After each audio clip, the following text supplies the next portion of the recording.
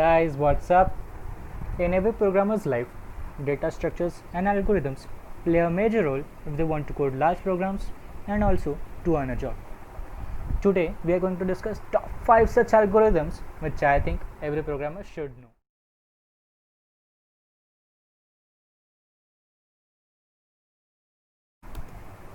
Sorting is heavily used in various programs. Basically, what sorting algorithm does is arrange the items of a list in a specific order. Though every major programming language has built-in libraries for sorting, I would say it won't harm to know how they work. There are many types of sorting algorithms, but the two we are going to discuss today are merge sort and quick sort. Starting off with merge sort.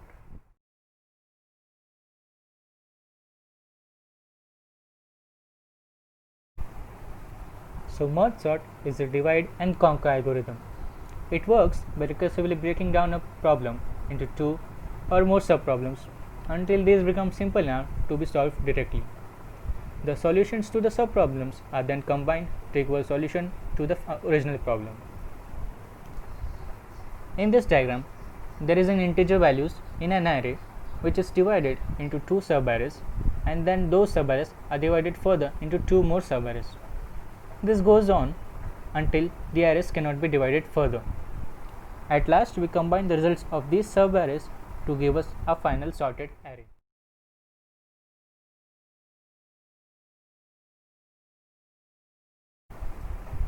Quick sort is a divide and conquer algorithm. From the array or list of elements, first it selects a random element as a pivot value.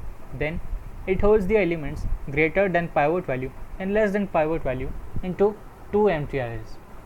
This process is repeated as long as the arrays cannot be divided further. Lastly, it combines these arrays in the sorted order. In this diagram, the value 5 is a pivot value.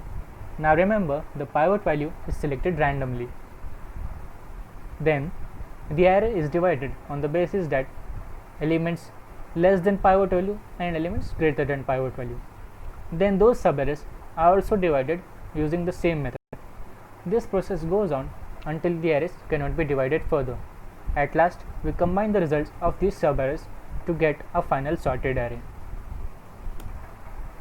Sorting algorithms have various applications.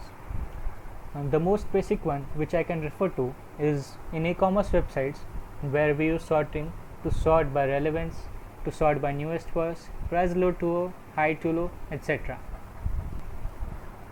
This is just a mere application of sorting. It is used to solve much more complex problems.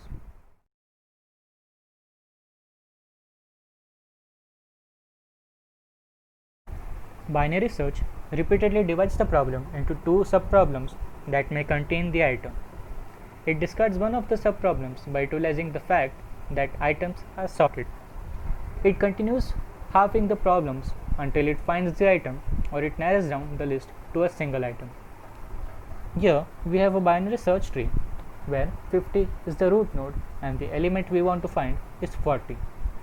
The binary search tree would narrow its way down to element 40 until it gets that, and on its way it would discard each other element which is not 40 based on the fact that the array is already sorted.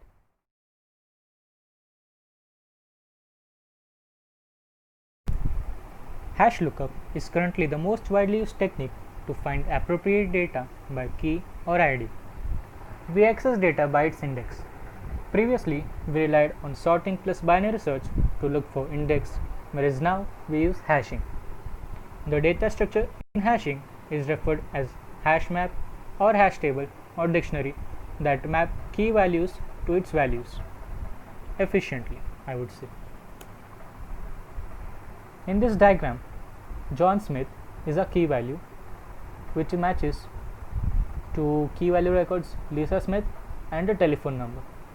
So these keys are used to access key value records using hashing or hash table, we could say. And remember, they also sort the key value records using these key values.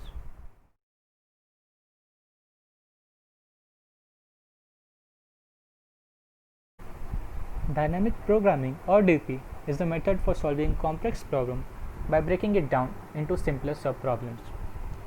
We solve the subproblems remember the results, and using them we make a way to solve the complex problem quickly. Some examples of dynamic programming are longest common subsequence, knapsack problem, and so on. One another example I would say is the Fibonacci series. Here we can see a state diagram of how the Fibonacci series works. Now, you all must be thinking that sorting, binary search, and dynamic programming, they all look the same. All they do is divide the problem into sub-problems and then combine the result at the end. But no, it's not the same with dynamic programming. In dynamic programming, when we solve the sub-problem, we remember its result for future, and whenever that problem again occurs in a program in future, we don't solve the sub-problem again. Instead, we just pull the output previously stored and move on with our task. It really helps to speed our process.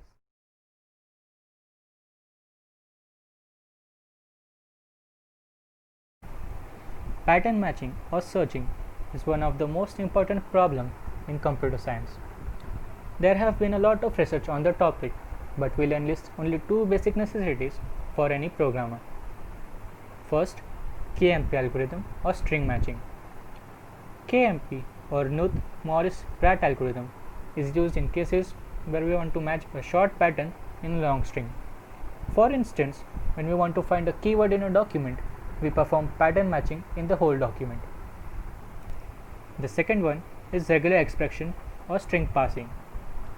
On a screen, we can see an array named text containing string characters and a pattern AABA.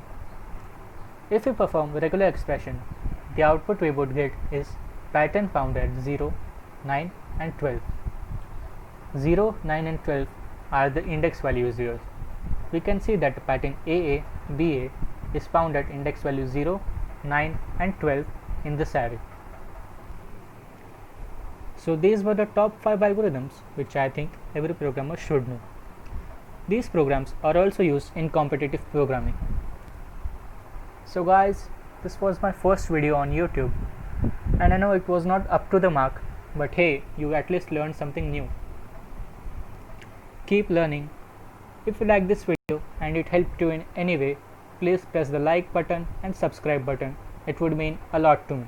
Also, if you have any doubt and question on this video, mention them in the comment box below. Thank you.